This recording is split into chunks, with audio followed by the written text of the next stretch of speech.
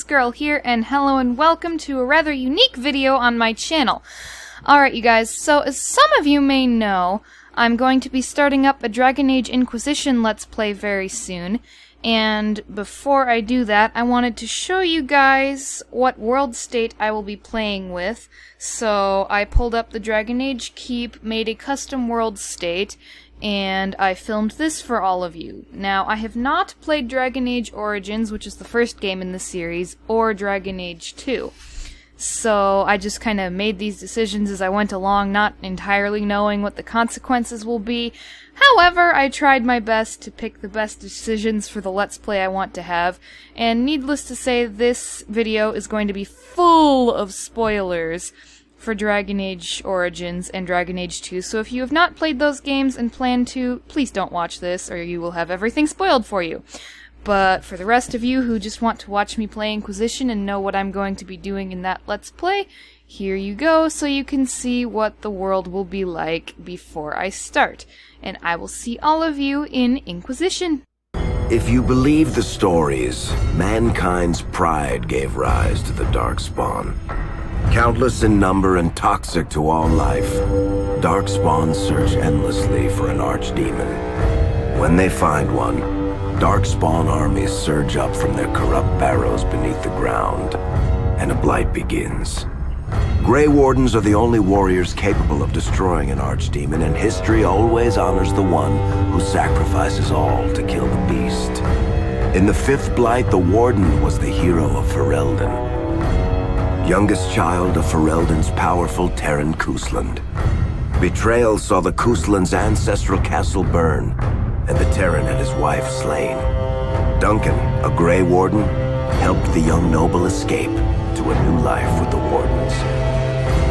The allied Ferelden and Grey Warden forces met in Ostagar, where King Kaelin's armies and a host of Wardens gathered, ready to destroy the Darkspawn. But valor turned to despair as Loghain betrayed his king. Kaelin's forces were slaughtered, and the south was lost. The hero, now a full-fledged Grey Warden, survived with the aid of Flemeth, the mysterious witch of the wilds. Joined by Flemeth's daughter, Morrigan, and a Grey Warden named Alistair, the hero set out to build an army strong enough to abolish the Blight. With the traitorous Loghain now seated on Ferelden's throne, the Warden sought help from the influential Arl Eamon of Redcliffe. However, they arrived in Redcliffe to find the town under siege. As each night, undead rose in waves and assailed the battered village. With the hero's help, the people of Redcliffe stood fast against the undead horde. The Wardens reached Arl Eamon's castle only to find the Arl lying at the edge of death, and his court fallen into madness. To save his father's life, Eamon's young son, Connor, had made a deal with a demon, and quickly fallen victim to its possession. The hero intervened, freeing Connor from possession, and breaking the demon's hold over Redcliffe. But deals with demons are never straightforward. The demon agreed only to save Eamon's life, not restore him to health. Arl Eamon needed a miracle to recover. The hero located an urn containing the sacred ashes of Andraste, which were said to cure any ailment. The urn was protected by ancient traps, tests of will, and a dragon-worshipping cult that wanted to twist the urn's power to its own ends. The urn remained pure, but mysteriously disappeared after the Wardens departed. Only the temple dedicated to it still stands. With a pinch of the ashes, the hero restored the Arl to health. Informed of Loghain's treachery, Eamon swore his political and military support. The circles of Magi are bound by oath to aid the Grey Wardens in times of blight. However, Lake Calenhad's tower could offer little help. One of its mages, Uldred, had become possessed by a pride demon and was twisting other circle mages into abominations. The hero fought to the top of the tower and defeated Uldred, saving the remaining mages. Grateful for their lives, the mages joined the Warden's army. The allies gained at the Circle were not the only soldiers to join the Warden's forces, however. Dalish elves don't usually make alliances, but even deep hatred can be set aside in the face of oblivion. An ancient curse was destroying Ferelden's largest Dalish clans, turning the elves into werewolves. Zathrian, the clan's keeper, claimed that the cure required the heart of the great wolf, Witherfang. Years before, Zathrian himself had afflicted a group of humans with the curse that now ravaged his clan. As long as he lived, the curse endured. The hero freed the werewolves from the long-standing curse, and the Dalish joined the Warden's forces. Blights may happen hundreds of years apart, but the dwarves who live below the surface of Thedas fight Darkspawn every day. No one is better schooled in battling Darkspawn than the warriors of Orzammar, except perhaps their allies of old, the Grey Wardens. The hero arrived in Orzammar in the wake of King Endrin's death to find political factions fighting for control of the dwarven capital. Only the vote of a venerated paragon could break the deadlock to elect a ruler, and order the dwarves to honor their Grey Warden treaty and join the battle against the new Blight. The hero set off to find a paragon named Branka, who had disappeared into the Deep Roads in search of a legendary artifact, the Anvil of the Void, created by the renowned smith Caridin to forge mighty war golems. The hero helped Caridin destroy the Anvil of the Void, along with the dark secrets that could trap a living soul inside a mechanical construct. The hero emerged from the Deep Roads with a master-forged crown to bestow the Paragon's favor upon whichever rival candidate would be crowned king. Balin, the youngest son of King Endrin who was suspected of foul play, or Haramont, the aging traditionalist backed by the Dwarven Assembly. Lord Haramont claimed the crown of Orzammar. His traditionalist values keep dwarves first in all things, and safely as far underground as possible. With Jordan's strength now bolstering the Warden's army, the hero had to deal with Loghain so Ferelden could stand unified against the Darkspawn before the Blight swallowed the world. The kingdom of Ferelden stood divided. While some nobles supported Loghain's regency, others condemned his inaction against the Darkspawn. Civil war brewed, and Arl Eamon called a landsmeet in hopes of curtailing the conflict and removing Loghain from the throne. Loghain was found guilty of treason, and the hero carried out his execution in Denerim's palace. As the Warden's united army massed in Redcliffe, the Darkspawn overran Denerim, laying siege to Ferelden's capital city. The hero's army fought valiantly through Denerim and broke the Darkspawn siege. On Fort Dracon's highest tower, the hero's strongest allies fought alongside the Warden in a final heroic battle against the massive Archdemon. The Archdemon was killed without the sacrifice of a Grey Warden's life. With no Archdemon to lead them, the Darkspawn scattered. Most fled underground, still teeming in number and always seeking a new Archdemon to awaken. The shattered kingdom of Ferelden embarked on a long journey to recovery. In the Blight's aftermath, strong leadership was crucial. Alistair, King Kaelin's half-brother, became Ferelden's new king, joined in rule by the hero, daughter of one of the nation's most powerful leaders.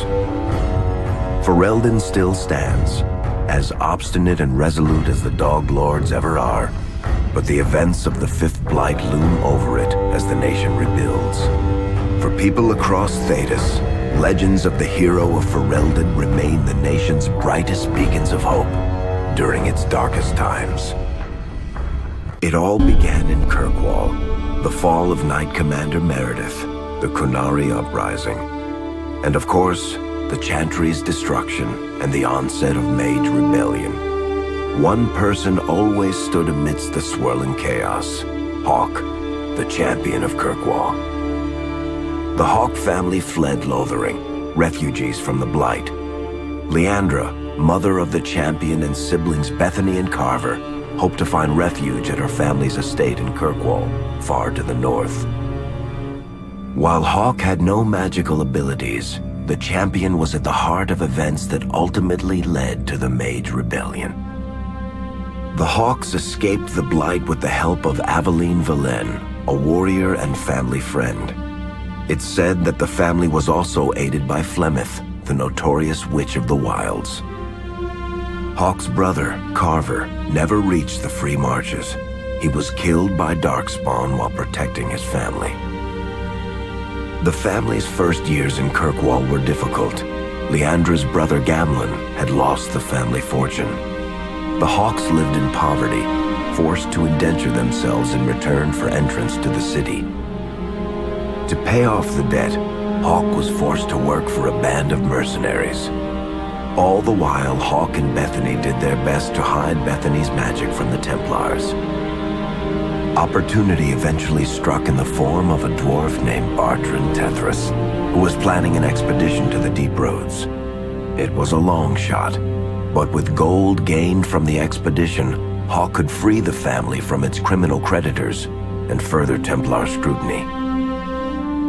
Hawk met a rogue Grey Warden named Anders, who possessed detailed maps of the Deep Roads. These maps were crucial to the expedition's success. Once Hawk obtained them, everything else fell quickly into place. Bethany joined Hawk on the expedition. The siblings found ancient dwarven treasure and a statuette formed from a strange red lyrium. Bethany fell victim to the blight that suffuses the Deep Roads, but Anders led her to a group of Grey Wardens who were able to save her life. The gold Hawk recovered from the Deep Roads brought back Leandra's stately childhood home in Hightown. The Hawks had barely settled into their new home when Leandra was murdered, a deeply sinister and twisted killing. Hawk hunted down Quentin, the blood mage responsible, but could not prevent Leandra's death. Leandra's tragic death was part of a critical problem facing Kirkwall. Rising tension between the city's mages, who felt increasingly oppressed, and Templars, who grew increasingly suspicious of their activities. Adding to the strain, a large contingent of Kunari had also established themselves in Kirkwall, much to the growing discomfort of the city's rulers. After their dreadnought was shipwrecked many years before, a group of stranded Kunari were allowed to remain in a cordoned-off area in Lowtown. As time passed, the Kunari made no effort to return home, and offered no explanation about why they remained. Tensions rose to a breaking point. Revered Mother Patrice, convinced the Kunari were a threat to the Chantry's faith, incited violence between the Kunari and the Kirkwall populace. Fearing trouble, Hawk supported Patrice's schemes to drive the Kunari from Kirkwall. Patrice's ultimate act was to orchestrate the murder of Viscount Dumar's son, Seamus, a recent convert to the Qun, and blamed the death on the Kunari. After Seamus was murdered, the Arashok of the Kunari group lost patience with the humans of Kirkwall. They would now submit to the Qun or die. The Kunari struck hard and fast. They took the palace in Hightown and beheaded the Viscount to immediately quash any resistance. Aided by Knight Commander Meredith and First Enchanter Orsino, Hawk reached the palace and stood toe-to-toe with the fearsome Kunari leader.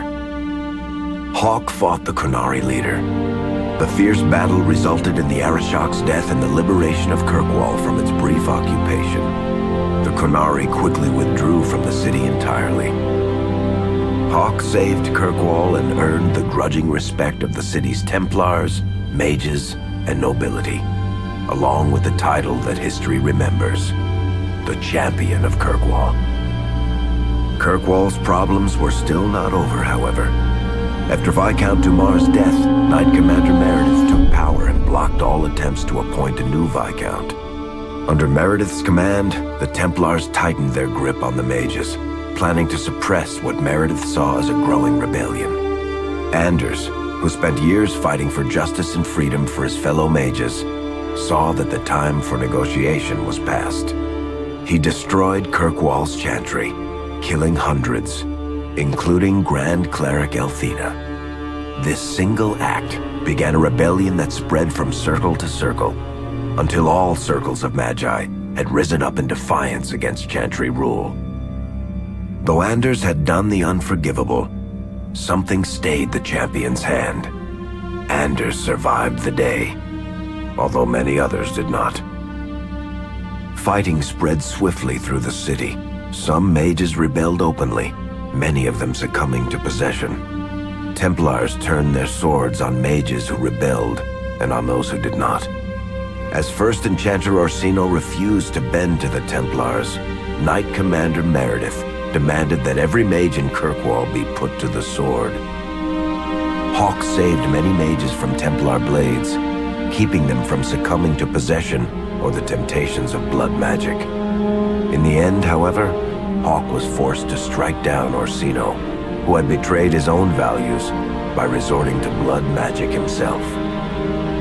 The battle proved one thing: Knight Commander Meredith had gone mad. Hawk saw the truth of it when Meredith unsheathed her sword, and the red lyrium idol from the deep roads was embedded within it. The blade fueled her hatred and paranoia, as it had for months. After a horrific battle, the red lyrium of the Knight Commander's sword consumed her as she died. Meredith became a statue, her face a frozen mask of horror. Little is known of the champion since that final battle. However, Hawk's story lives on in legend and song. Memories of the indelible changes the champion of Kirkwall brought to the face of Thedas. The Mage Rebellion in Kirkwall was felt throughout Thedas, the news spreading like wildfire. The Templars clamped down in response, but each new restriction only made things worse. Led by Grand Enchanter Fiona, the mages voted for independence. The Circle of Magi would govern itself, without the Chantry and especially without the Templars. The result was cataclysmic. 2 circles were destroyed. Those within killed to the last mage, before the rest fled into the wilderness. Perhaps the mighty Empire of Orlais could have intervened in the war before it began, but that was not to be. Grand Duke Espard began a deadly civil war against Empress Celine, vying for the Orlesian throne. The mages were offered safe haven in neighboring Ferelden, but the Templars followed, and so their battle spread across all of Thedas. As head of the Chantry, Divine Justinia ordered the Templars to stand down. They refused, declaring their own independence. Thus the war began in earnest.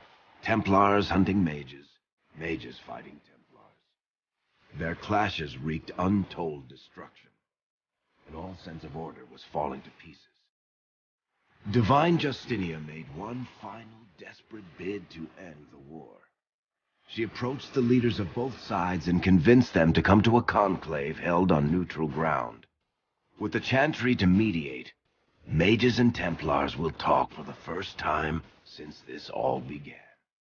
It is our last, and perhaps our only, chance for